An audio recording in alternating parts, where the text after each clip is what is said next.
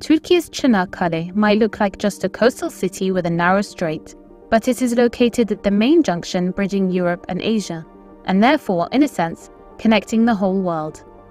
Due in part to its unique location, the city became an arena for one of the most ferocious battles of World War I, the Battle of Çanakkale or the Gallipoli campaign, between the Allies or the Entente powers and the Ottoman Empire.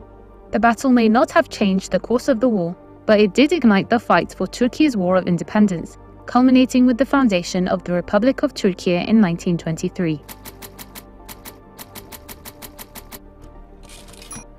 The Çanakkale Strait is a vital waterway that separates Europe and Asia, while connecting the Aegean Sea to the Black Sea.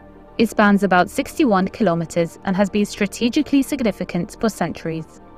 It is located in the Gallipoli Peninsula, which had been part of the Ottoman Empire since the mid-14th century.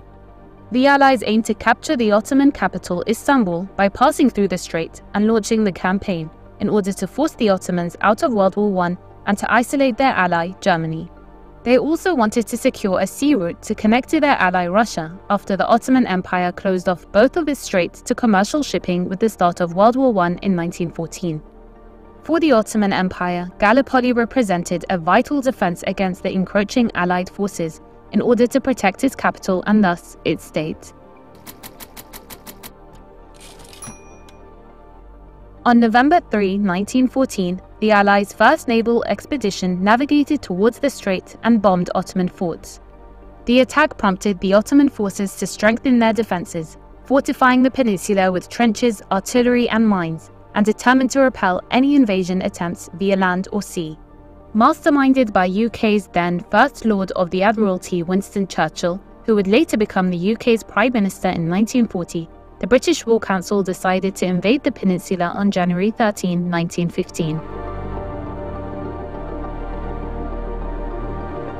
The Allies repeatedly bombed the Ottoman rampiers as the Ottomans continued to lay mines across the strait. On March 18, 1915, the British War Council decided on a joint operation of land and naval forces on British General Sir Ian Hamilton's command, believing that all mines were cleared out of the strait ahead of the operation. However, the Ottomans had a surprise planned as they laid mines after nightfall. Grueling naval warfare began as planned, while the Allied ships cruised towards the coast of Gallipoli. The Ottoman military launched an artillery attack, sinking 3 ships and damaging 3 others. The Royal Navy of Britain took a serious hit, one that historians say was the worst since the Battle of Trafalgar in 1805. Wildly underestimating their enemy, Britain and France suffered an unexpected defeat on March 18, after expecting to cross the Çanakkale Strait easily with naval force.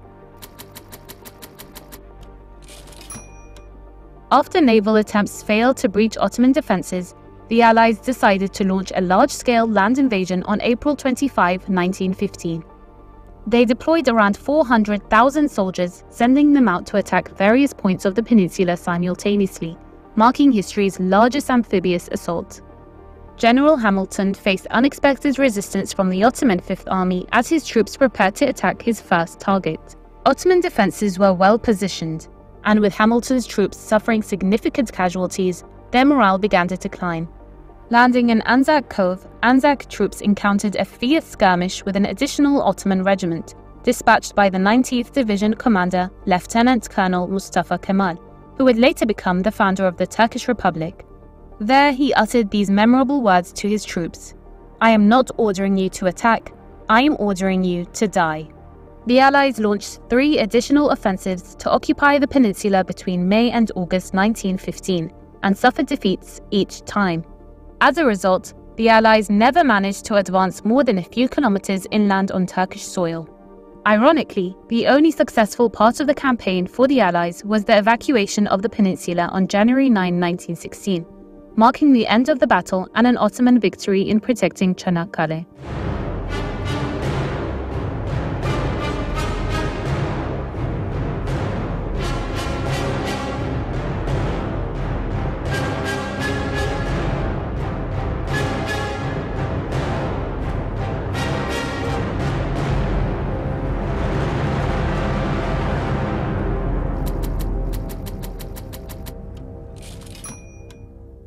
The victory boosted the morale of the Ottoman army and sparked a strong wave of nationalism among the Turkish people, despite significant losses.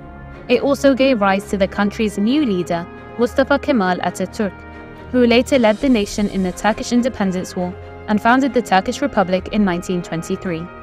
For the Allies, led by Britain and France, the battle was costly and deadly.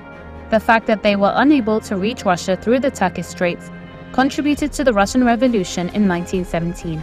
The losing side did see some positive outcomes, however. Despite the profound tragedy, the battle contributed to the development of national consciousness for two British dominions, Australia and New Zealand. They mark April 25 as Anzac Day in honor of their fallen soldiers, while Turkey observes March 18 as Çanakkale Victory and Martyrs Day.